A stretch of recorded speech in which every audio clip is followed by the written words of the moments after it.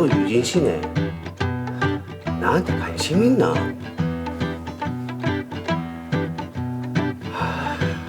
부담스러운데 계속 집착하는 것 같고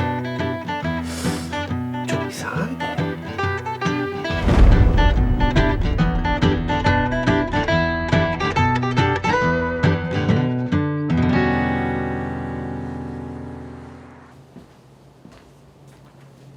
저 경영지원팀 발령받은 강수호라고 합니다. 아, 오셨어요? 그 자리는 저기 앉으시면 되고요. 그 업무는 뭡니까? 첫눈에 반한 겁니까? 맞았네요. 그렇게 우리는 사랑에 빠졌다. 이런 건가요? 잘생기셨네요. 제가 처음 직장 생활하는 거라 잘 부탁드리겠습니다. 아, 네. 걱정 마세요. 자리. 정말 걱정 잘 안 될 것 같으네요.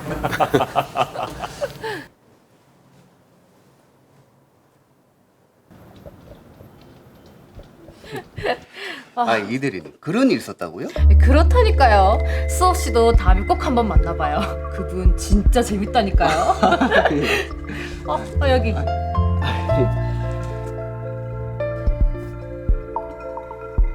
저 사람 이대리님 아이가? 아, 도대체 둘이 무슨 사이고? 설마 사귀는 거 아니겠지? 아, 아니지. 수호 씨가 내한테 얼마나 친절하게 대하는데.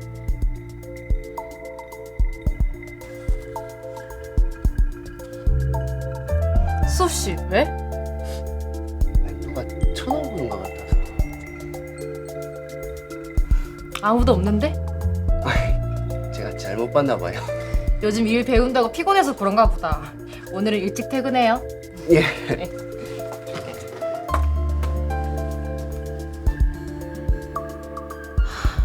근데 요즘 왜 자꾸 나를 멀리하는 것 같지? 아, 진짜 둘이 뭐 사이라도 되나? 아, 수호 씨에 대해서 좀 더 알아야 가꿔질 건데. 아, 무슨 방법이 없나? 저게 혼자 생각하면 안 돼요. 아, 수호 씨가 딱 내 이상형인데. 아, 설마 이러다 다른 사람이랑 사내 연애라도 하면. 아, 안 되지. 무슨 방법이 없나? 응? 개인정보를 알 수 있다고? 이 카페 뭐지? 일단 들어가 보자. 그러니까 이 해킹 프로그램을 수호 씨 컴퓨터에 설치하면 거기에 저장된 개인정보를 알 수 있다는 거네. 와, 이런 방법이 있네. 그러면 집 주소도 알 수 있고 뭐 더 가까워질 방법이 많겠지. 좋아, 이 해킹 프로그램 구입하자. 안 좋은 선택인데요. 오, 비번도 안 걸려있고. 됐다. 이제 수호 씨 개인정보는 내 손바닥 안이고. 점점 무섭게 시작합니다. 네. 오, 카톡에 접속했네. 카톡 아이디랑 비번 알아냈고. 이대리님이랑은 역시 아무 사이 아니네. 그래, 주소부터 얼른 찾자.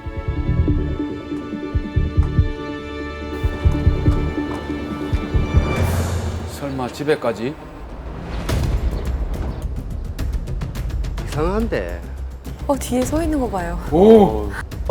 정유진 씨. 우리 집 근처에 왜 있습니까? 설마 나 미행했어요? 제가 왜 수호 씨를 미행해요?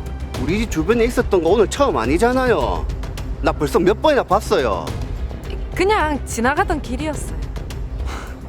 몇 번씩이나 여길 지나가요. 어이가 없네요. 경찰에 미행죄로 신고하겠습니다. 네? 미행죄요? 이렇게 미행하는 것도 스토킹 범죄라고요. 스토킹이라뇨. 아니, 저는 사실 수호 씨한테 관심이 좀 있어서. 관심이 있으셔서 자꾸 제 계정에 로그인 하셨어요? 예? 아무튼 저 이대로 못 넘어갑니다. 경찰에 신고하겠습니다.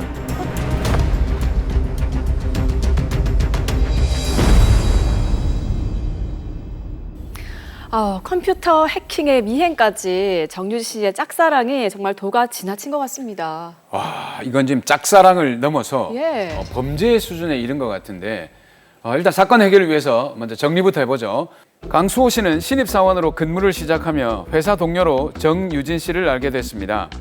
수호 씨를 보고 한눈에 반한 유진 씨는 수호 씨와 가까워지기 위해 문자를 보내고 만남 자리를 제안했지만 수호 씨는 부담스러워했습니다. 정유진 씨는 이후 더욱 수호 씨에게 집착하기 시작했고 집 주소 등을 알아내기 위해 인터넷에서 해킹 프로그램을 구입해 사용 방법까지 배웠습니다.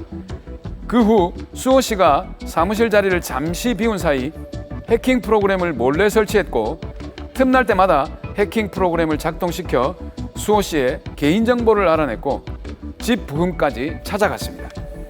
이 일이 반복되자 강수호 씨는 정유진 씨의 미행을 눈치챘고 경찰에 신고하겠다는 입장입니다. 자, 지금 상황은 제가 봤을 때도 스토킹 범죄가 맞는 것 같은데. 그렇습니다. 자, 그런데 미행을 한 것도 아니고 문자를 보낸 것도 아니고 단순히 집 앞에서 서성거리기만 했다고 지금 주장을 하고 있기 때문에 범죄가 성립되는지 한번 따져보도록 하겠습니다. 최재현 변호사님, 자, 이 사건 스토킹 범죄로 볼 수 있을까요? 네. 먼저 스토킹 범죄의 성립 요건부터 한번 살펴봐야 되겠는데요. 네. 2021년 10월 21일부터 스토킹 범죄 등이 처벌에 관한 법률이 시행 중에 있습니다. 해당 법률에서 이제 스토킹 행위를 규정을 하고 있는데 스토킹 행위란 그 상대방의 의사에 반해서 정당한 이유 없이 상대방 또는 그 동거인, 가족에 대해서 불안감이나 공포심을 일으키는 행위를 스토킹 행위라고 하고 있고요. 네. 스토킹 범죄는 이러한 스토킹 행위를 반복적으로 하는 것을 스토킹 범죄라고 보고 있습니다. 네. 불안감이나 공포심을 일으키는 행위라는 게 구체적으로 어떤 겁니까? 대표적인 행위를 이제 들어보면 상대방의 의사에 반해서 상대방을 계속 따라간다든지 아니 상대방의 어떤 진로를 막아선다든지 하는 것들을 들 수 있겠습니다. 네. 또 게다가 이제 상대방의 어떤 주거 아니면 직장, 학교나 뭐 이런 일상생활이 가능한 곳에서 이제 서성이면서 상대방을 감시하거나 미행한다든지 또는 이제 우편이나 전화, 인터넷 등을 통해서 이제 계속 뭔가 이제 연락을 한다든지 문자를 보낸다든지 예. 또는 이제 상대방의 주거에 무엇인가 이제 물건을 보낸다든지 아니 직접 보내든 아니 제3자를 통해서 보내든 이런 것을 보내는 행위도 이제 스토킹 행위에 해당할 수 있고요. 또 나아가서 이제 집 주변에 있는 어떤 물건을 훼손시킨다든지 이런 것들도 스토킹 행위에 해당할 수 있습니다. 와, 듣기만 해도 무섭네요. 갑자기 예. 무서워집니다. 예, 근데 지금 드라마 사례에서 보면 정유진 씨가 집 근처를 서성이는 걸 봐서는 미행도 했을 것 같고 이게 스토킹 범죄에 해당되는 것 같거든요. 어떻습니까?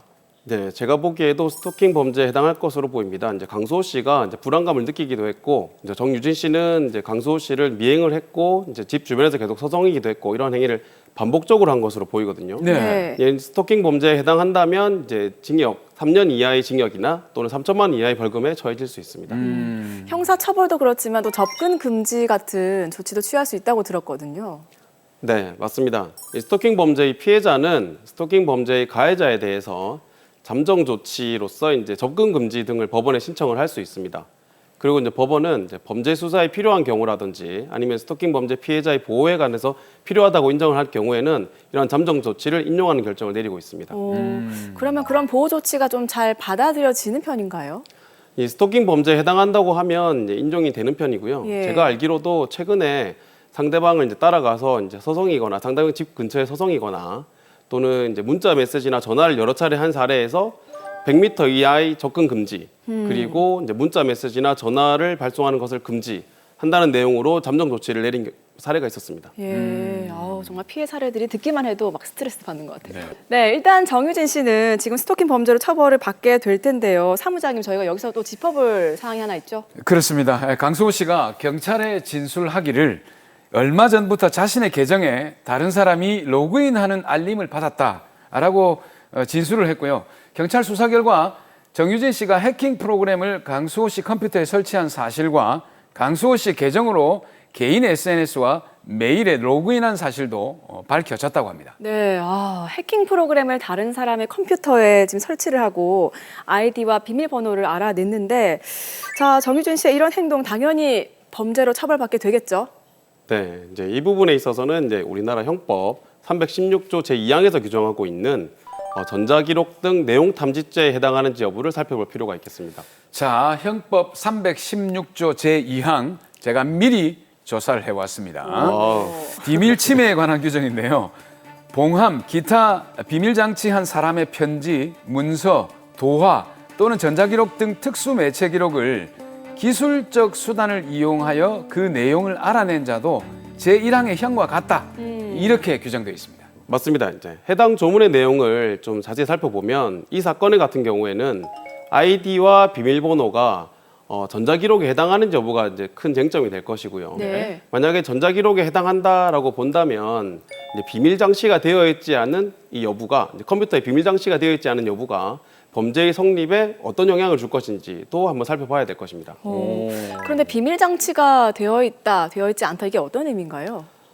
이제 쉽게 설명하면 이제 네. 편지 같은 경우는 이제 봉인이 되어 있는 경우를 이제 비밀 장치가 되어 있다고 보면 될 것이고요. 컴퓨터 같은 경우는 이제 부팅을 하고 이제 로그인을 할 때 보면 이제 비밀번호를 넣어야 컴퓨터가 켜진 장치를 할 수 있지 않습니까? 람이라고 하죠. 맞아요. 예. 네, 그런 경우를 아무래도 이제 비밀 장치가 되어 있다라고 볼 수 있겠습니다. 아, 잠금 기능이 되어 있냐 아니냐 그런 뜻이네요. 네.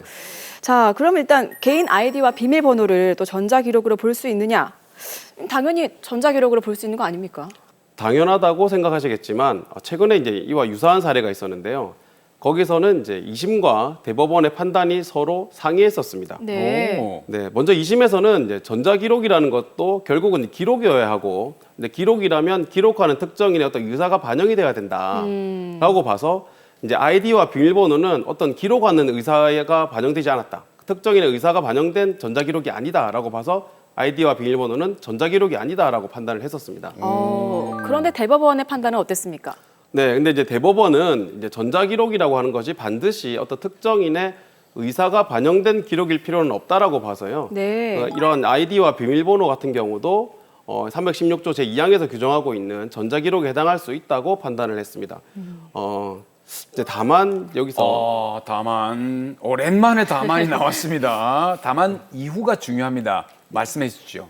네, 다만 대법원은 이제 형법 제316조 제2항의 문헌에 비밀 장치라는 규정이 있는 것을 집중을 해서 이제 비밀 장치가 되어 있지 않은 컴퓨터의 경우, 그러니까 이제 해킹 프로그램을 심지어 설치해서 아이디와 비밀번호를 알아냈다고 하더라도 비밀 장치, 그러니까 컴퓨터에 봉함 기타 비밀 장치가 되어 있지 않은 경우에는 전자기록 등 내용 탐지죄가 성립할 수 없다라고 봐서 이제 무죄로 판단을 했었습니다. 그러면 만약에 여기에 비밀 장치가 되어 있었다면 어떻게 되는 겁니까? 네, 만약 비밀 장치가 되어 있었다라고 한다면 대법원의 판단 견해에 따를 때 여기서는 유죄가 성립될 수도 있겠습니다. 만약에 이제 여기서 유죄가 성립된다면 316조 제1항에 따라서 3년 이하의 징역이나 500만 원 이하의 벌금에 처해질 수 있습니다. 네.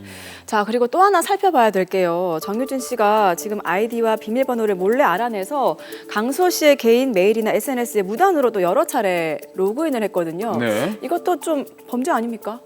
당연히 범죄가 맞습니다. 정보통신망 이용 촉진 및 정보보호 등에 관한 법률에 따르면 누구든지 정당한 권한 없이 또는 이제 그러한 권한을 넘어서서 정보통신망에 침입해서는 안 된다라고 규정을 하고 있습니다. 네. 그러니까 여기서 이제 정보통신망이라고 하는 것은 페이스북이라든지 뭐 카카오톡이라든지 뭐 구글, 네. 뭐 인스타그램 이런 것들을 모두 말할 수 있고요.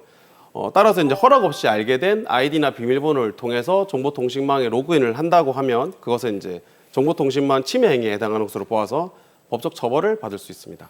단순히 아이디를 알아낸다는 것은 전자기록 탐지죄에는 해당이 되지 않지만 정보통신망 침해 행위로는 인정이 된다.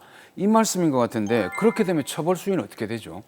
네, 만약 정보통신망 침해 행위에 해당한다고 하면 5년 이하의 징역 또는 5천만 원 이하의 벌금에 처해질 수 있습니다. 네. 자, 지금 정유진 씨의 경우에는 처벌이 가능한 부분도 있고 아닌 부분도 있는 것 같은데 좀 헷갈리는 부분이 있어서 저희가 깔끔하게 다시 한번 정리를 해주시죠, 변호사님. 네, 정리를 하자면 이번 사건에서 정유진 씨의 경우는 이제 강수호 씨의 집 근처를 서성이거나 강수호 씨를 미행한 행위에 대해서는 스토킹 범죄 등 처벌에 관한 법률에 따라 처벌이 될 것으로 보이고요. 네. 그 다음으로 이제 몰래 알아낸 비밀번호와 아이디를 통해서 그 강수호 씨 카카오톡 계정에 반복해서 로그인한 행위는 정보통신망 이용 촉진 및 정보보호 등에 관한 법률에 따라서 처벌받게 될 것으로 보입니다.